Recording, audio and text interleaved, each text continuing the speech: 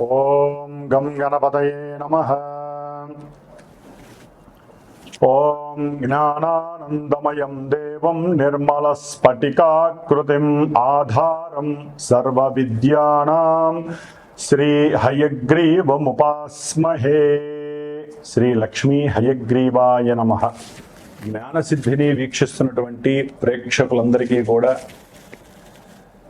August 17వ తేదీ నుండి September 17వ తేదీ వరకు కూడా సింహరాశిలోకి సూర్యుని యొక్క సొంత క్షేత్రము మరియు మూల త్రికోణ రాశిలో ఆయన యొక్క గ్రహ సంచార ప్రభావము, అలాగే ఈ యొక్క బుధగ్రహము దాదాపుగా కర్కాటక రాశిలో ఆగస్టు 21 వరకు ఉండి సెప్టెంబర్ 7 వరకు కూడా సింహరాశిలో రవితో కలిసి బుధాదిత్య యోగాన్ని, అట్లాగే తన యొక్క స్వక్షేత్రము మూల త్రికోణము ఉచ్చస్థాన స్థితిగతుడైనటువంటి బుధుడు కన్యా రాశిలో సెప్టెంబర్ 7 నుంచి సెప్టెంబర్ 17 వరకు కూడా ఈ సంచరించే సమయము.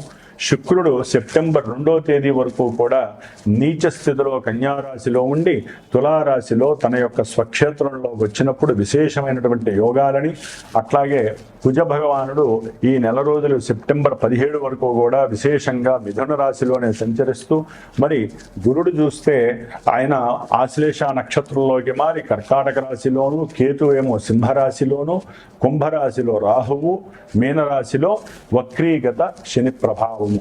ఈ యొక్క గ్రహాల యొక్క సంచారం వలన మేషాది మీనరాశి పర్యంతం ఏ విధమైనటువంటి గ్రహ సూచికలు కలుగజేస్తాయి, ఏ విధమైనటువంటి శుభాలు లేకపోతే ఇబ్బందులు కలుగజేస్తాయి తెలుసుకునే ముందు ఇప్పుడు ఈ మాసంలో జరిగేటటువంటి విశేష పండుగల యొక్క విశిష్టతలు, అట్లాగే నా యొక్క జ్ఞానసిద్ధి క్షేత్రపీఠంలో ఏ సమస్యల వలన, ఏ ఇబ్బందుల వలన, ఏ గ్రహాల వలన ఏ రకమైనటువంటి పూజలు నేను ఆచరిస్తున్నానో తెలుసుకునే ప్రయత్నం చేసి ఆ తదుపరి మీ యొక్క రాశి గ్రహ ప్రభావాన్ని వినడానికి ప్రయత్నం చేయండి.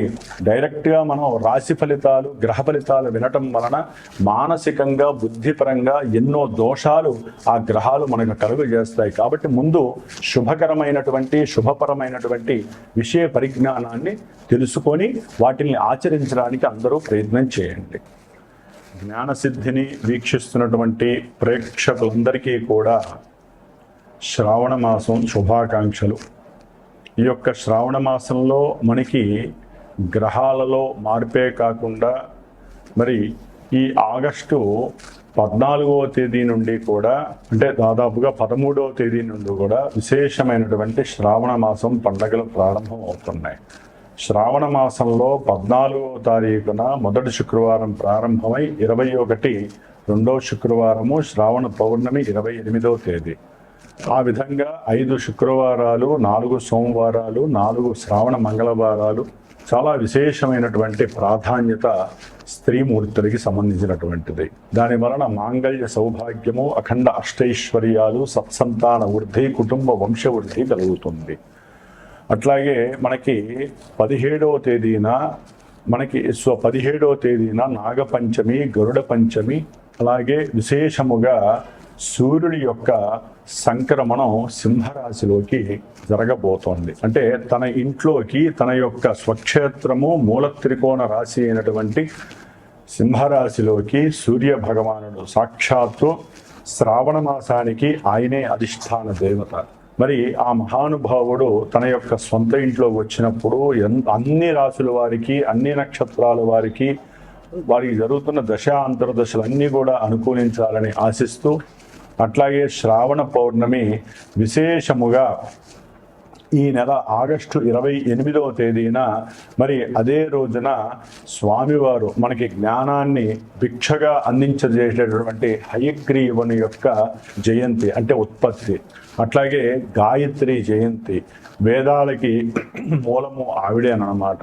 గాయత్రీదేవి యొక్క జన్మదినోత్సవం, అట్లాగే రాఖీ పండగ, అట్లాగే ఆగస్టు 31వ తేదీన సంకష్టహర చతుర్థి. మనకున్నటువంటి ఎన్నో వ్యాపార నష్టాలు, ధన నష్టాలు, అట్లాగే బుద్ధిహీనత్వం కలిగినటువంటి మాట తీరులో తేడాలు, వీటి వలన ఎన్నో ఇబ్బందులు ఎదుర్కోవడానికి ఆ యొక్క గణపతి యొక్క అనుగ్రహము లభించేటటువంటి శ్రావణ మాసం. కాబట్టి శ్రావణ మాసంలో ఇన్ని విశేషమైనటువంటి పండగలతో పాటుగా అందరూ తెలుసుకోవాల్సిన విషయము శ్రద్ధగా వినండి.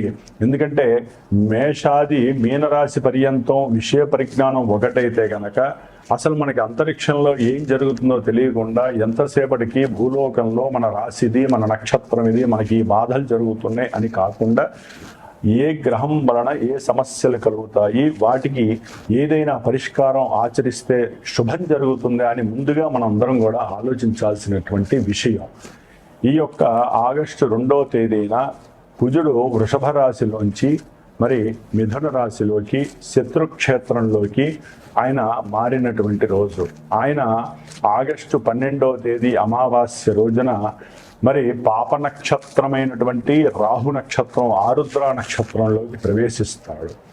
అట్లాగే రాహుగ్రహము ఆగస్టు 2వ తేదీన అదే కుంభరాశిలో ఉంటూ తన యొక్క సొంత నక్షత్రమైనటువంటి శతభిష నక్షత్రంలోంచి ధనిష్ట నక్షత్రం, పాప నక్షత్రము, శత్రు నక్షత్రమైనటువంటి కుజ నక్షత్రంలోకి మార్పు జరిగింది.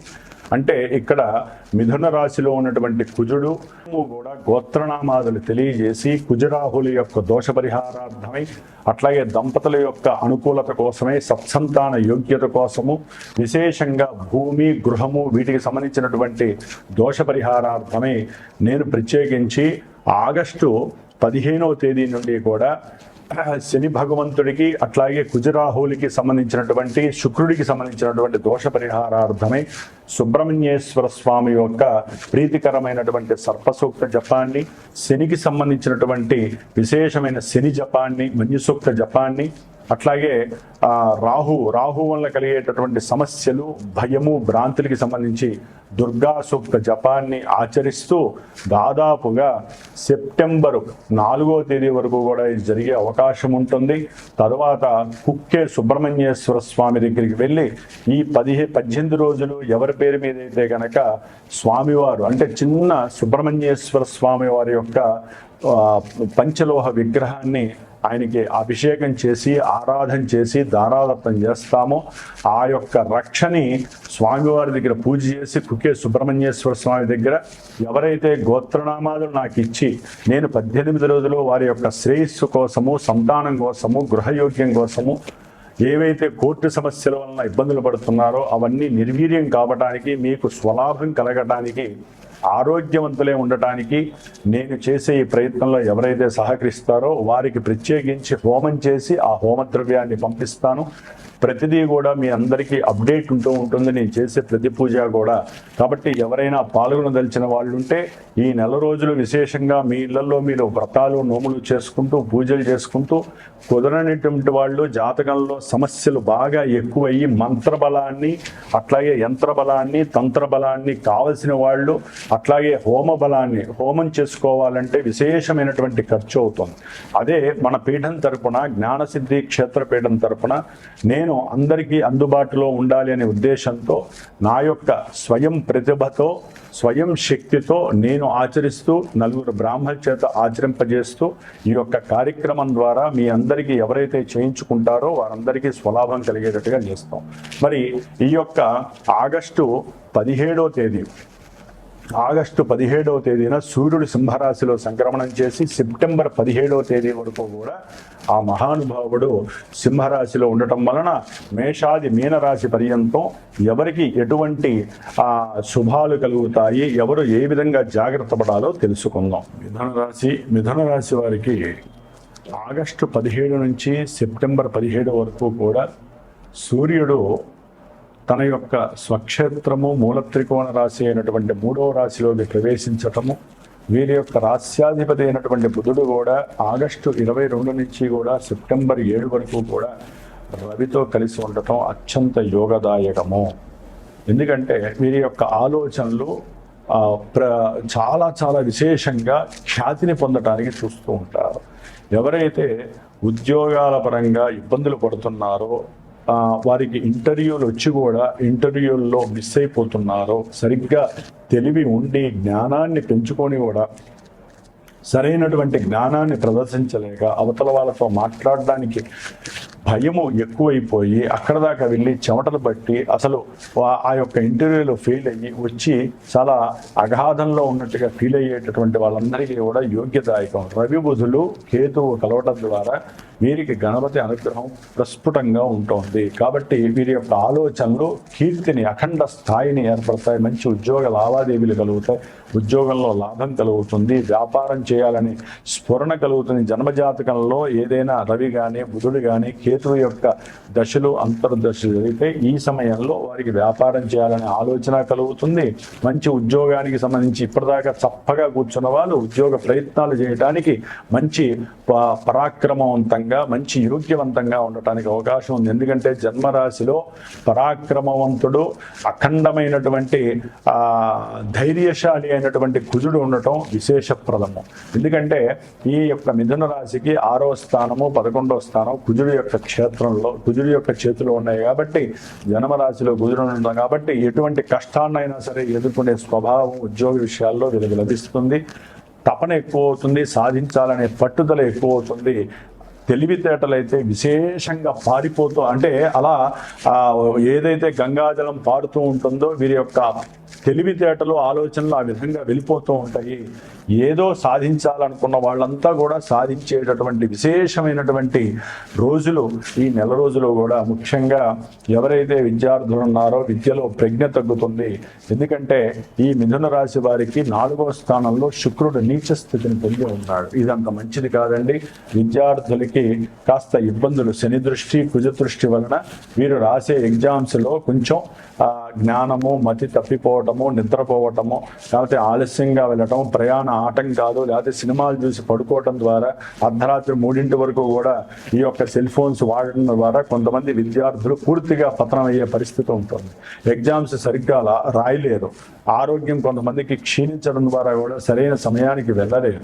అట్లాగే ఆరోగ్యం బాగున్నప్పటికీ కూడా అక్కడికి వెళ్ళిన తర్వాత ఆలోచనలు వేరేగా ఒక స్త్రీ పరంగానో, సినిమాల పరంగానో, లేకపోతే వ్యామోహం, ఏదో రకమైనటువంటి వ్యామోహ పరంగానో, లేకపోతే ఆ ఫ్రెండ్ రమ్మన్నాడు, ఈ ఫ్రెండ్ రమ్మన్నాడు, ఈ ఎగ్జామ్స్ అయిన తర్వాత నేను ఆ ఊరు వెళ్ళాలి, ఈ ఊరు వెళ్ళాలి, ఇలాంటి ఎన్నో మానసిక వికల్ప ఆలోచనల వల్ల వీళ్ళు పూర్తిగా విద్యార్థులు పాడవుతారు. కొంతమంది భూస్వాములు, లేకపోతే వ్యవసాయ భూములు ఉన్నటువంటి వాళ్ళు, వ్యవసాయదారులు కానివ్వండి, పశు సంపద విశేషంగా ఉన్నటువంటి వాళ్ళు కానివ్వండి, లేకపోతే ఈ క్షురకర్మలు చేసేటటువంటి వాళ్ళు కానివ్వండి, అంటే ఎవరైతే ఈ హెయిర్ కటింగ్ చేసేవాళ్ళు కానివ్వండి, వీళ్ళందరూ ఉన్నారు.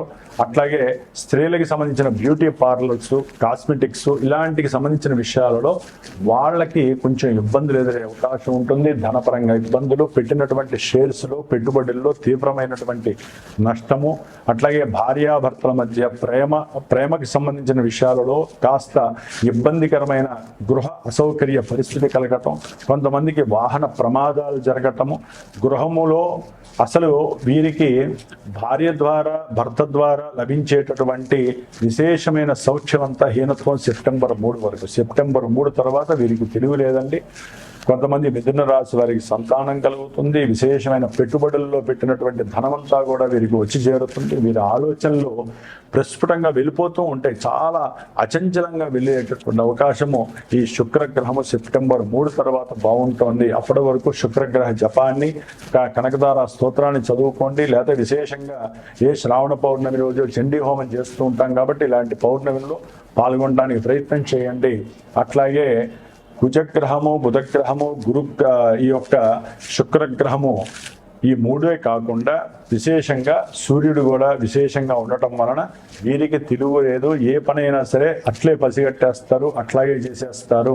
అయితే చేసే ఉద్యోగ వ్యవస్థల్లో స్త్రీ యొక్క పరిచయం ద్వారా కొంతమంది వారి యొక్క ఆలోచనలు వేరే రకంగా డైవర్ట్ చేసుకొని సమస్యలకి కారణభూతులు అవుతున్నారు. వీరికి కుజదోషం నడుస్తోంది. కుజరాహుల యొక్క వలన తండ్రితో విభేదాలు, ఇబ్బందులు, అట్లాగే ఉద్యోగాలు కొంతమందికి సెటిల్ అవ్వకపోవటం, ఉద్యోగాలు పోవటము, ఇలాంటివి కూడా జరగడానికి అవకాశం ఉంటుంది. దూర ప్రయాణాలు చేసేటటువంటి మిథున రాశి వారికి కొన్ని సంకటాలు, ఇబ్బందులు కలుగుతాయి. తండ్రి యొక్క ఆరోగ్యం పట్ల నిర్లక్ష్యం చేయకుండా చూసుకోండి. తల్లిగారితో చక్కగా ఉండండి. ఎక్కువగా ఆవిడతో పోట్లాడి ఇబ్బంది పెట్టుకోకుండా చక్కగా తల్లి తండ్రితో ఆనందంగా ఉండటానికి ప్రయత్నం చేయండి. ఈ యొక్క మిథున రాశి వారి యొక్క మాట, వారి యొక్క కమ్యూనికేషనే వారి యొక్క జీవితం అని గుర్తుపెట్టుకోండి. ఈ నెల రోజులు కూడా చక్కటి అచంచలమైనటువంటి విశేష సౌఖ్య భోగాదులు ఈ యొక్క మిథున రాశి వారికి కలుగుతోంది. కాకపోతే ఇందా నేను చెప్పినట్లుగా వీళ్ళు కంపల్సరీ కుజదోష పరిహారార్థమై, సర్పదోష పరిహారార్థమై ఆవేశాన్ని తగ్గించుకోవడానికి, ఈయన దృష్టి మంచిగా లేదు కాబట్టి భార్యాభర్తలు అన్యోన్యతగా ఉండటానికి, స్త్రీలైతే సౌభాగ్యవృద్ధికి, పురుషులైతే వీర్యాభివృద్ధికి ఇందాక చెప్పినటువంటి పూజా కార్యక్రమంలో పాల్గొని సుబ్రహ్మణ్యేశ్వర స్వామి అనుగ్రహం పొందండి. మీకు విశేషమైనటువంటి సంతాన సౌఖ్యము, ధనలక్ష్మి భావము, అట్లాగే ఉన్నత ఉద్యోగ ప్రాప్తి, అనుకున్న అభీష్టాలు నెరవేరటము, అన్యోన్య దాంపత్యం కలగటం, ఇలాంటివి ఎన్నో జరగడానికి పశు సంపద వృద్ధి చెందుతుంది సెప్టెంబర్ 3 తర్వాత. ఇట్లా చక్కటి సౌఖ్యము కలిగేటటువంటి రాశుల్లో మిథున రాశి కూడా ఉంది. కొంచెం పరిహారాలు ఆచరించుకోవడం ద్వారా శుభం జరుగుతుంది. వీరు లక్ష్మీ నరసింహస్వామిని ఆరాధించండి, ప్రదక్షిణాలు చేయండి, అంతా శుభమే జరుగుతుంది. ఓం నమో లక్ష్మీ నారసింహాయ నమః.